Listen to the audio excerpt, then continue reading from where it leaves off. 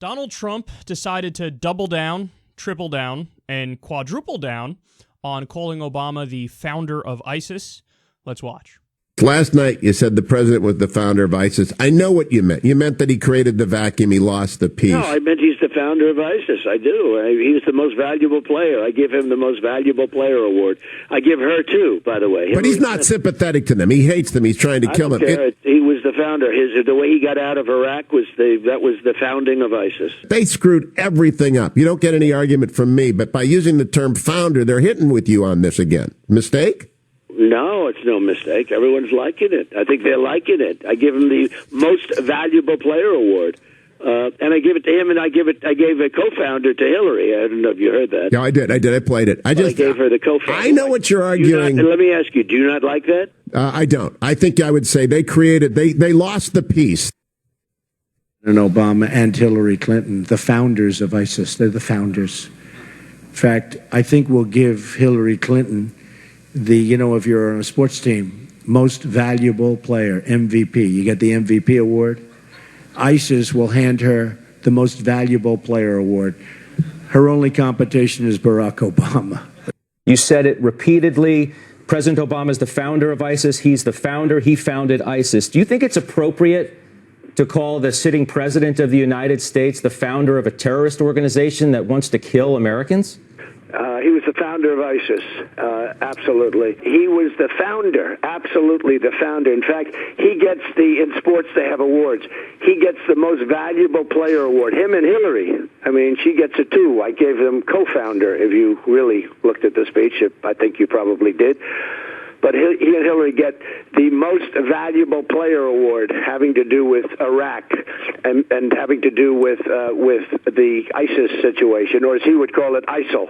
He calls it ISIL because nobody else does, and probably wants to bother people by using a different term, and whether it's more accurate or not. Most people call it ISIS. He calls it ISIL. He was the founder of ISIS, and so was she. I call them co-founders.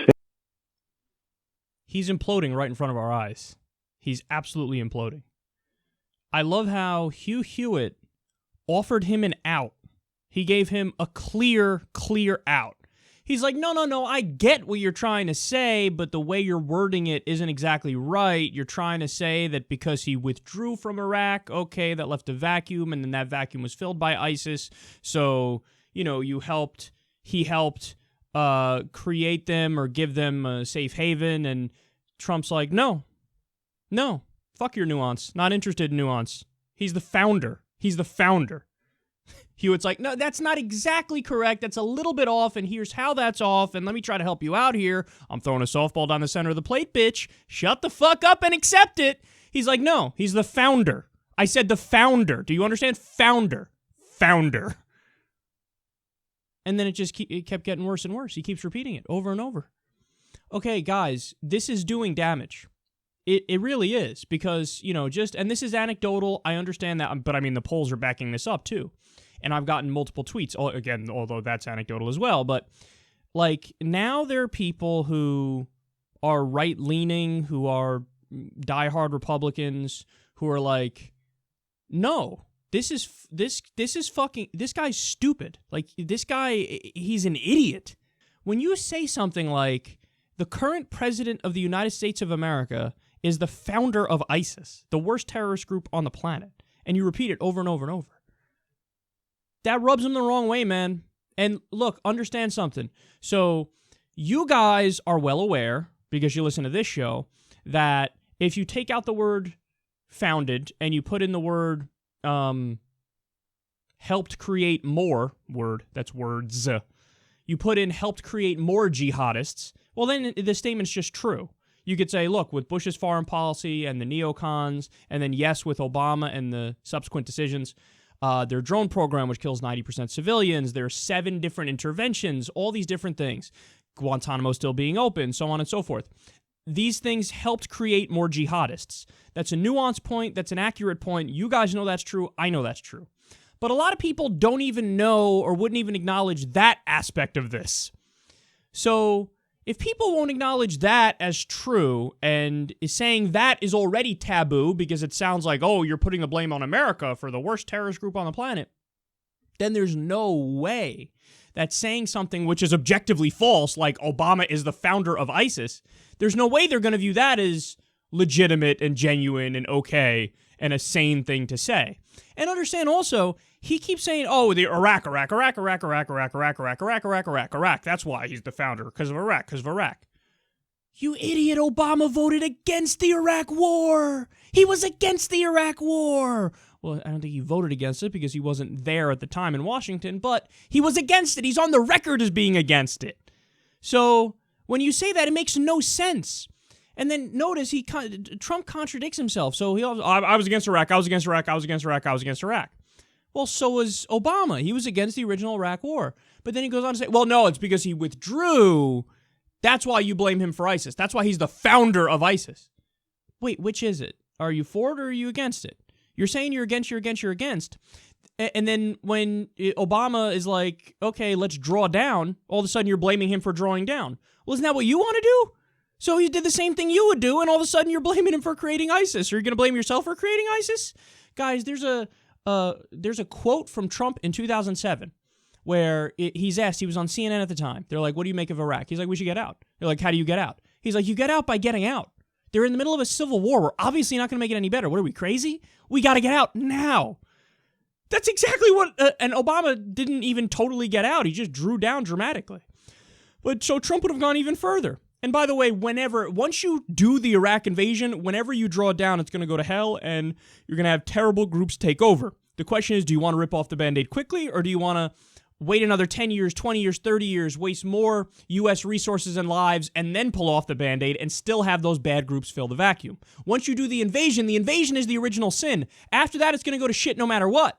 So to blame the guy who, was handed the situation where the previous administration started it and shit all over the room, and then you hand Obama a mop and go, all right, take care of that. And then when he can't take care of it perfectly and get rid of all the shit, you're like, fucking Obama, founder of ISIS.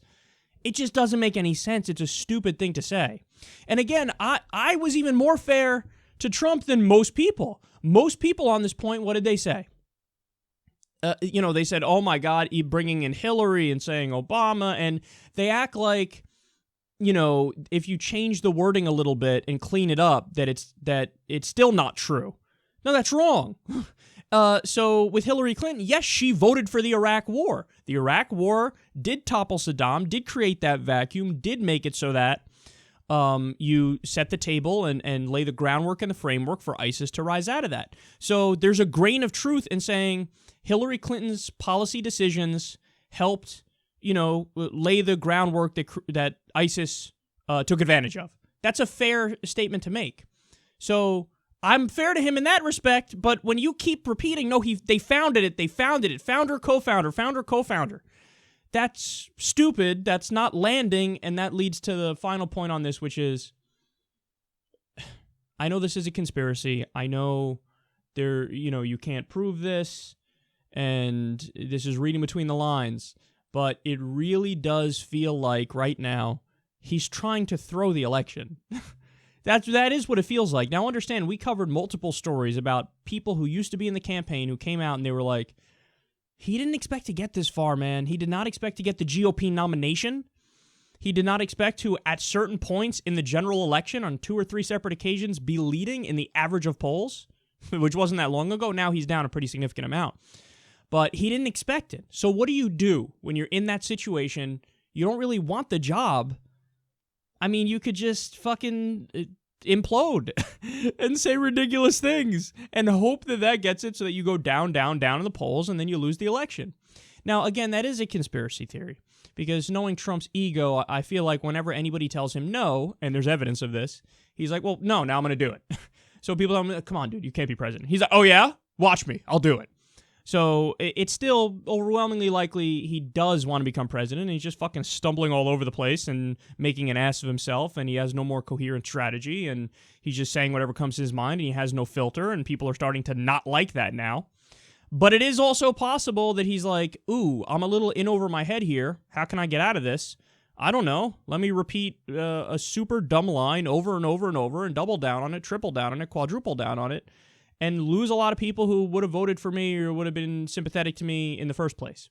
Because I'm telling you, there are a lot of people who listen to his line of argument on this and they go, nope, can't do it. Can't go there with you, man. That's too much. Way too much. So there you have it. And again, it's amazing to me is when offered more nuance on it, he's like, nope, I'm not taking the nuance bait. Fuck that. He founded ISIS. It's like, wait, hold on now. And by the way, I can even put further nuance on top of it. You can say the U.S. government is aligned with Islamists and jihadists in Syria because they are. Because they were against Assad so strongly that they're like, okay, whoever the rebels are. All right, arm the rebels. Whoops, the rebels are Al-Qaeda in Syria. We just helped out Al-Qaeda in Syria.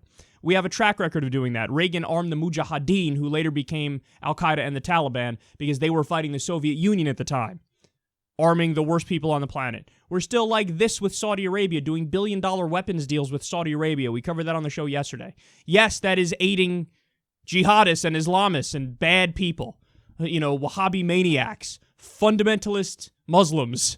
So even that, okay, that's true. What I'm telling you there is true. It is us in bed with the worst people on the planet. But no, even when you bring up the nuance and you're like, is this what you meant, man? Just say yes, you moron. He's like, no, he founded ISIS. Not Abu Bakr al-Baghdadi. Obama, who was against the war, which created the vacuum which ISIS rose out of, he's still somehow the founder, even though he was on the right side of that, and he's against the group. Founder, MVP, co-founder, crooked Hillary, something. Let me repeat myself until I lose by 80 points.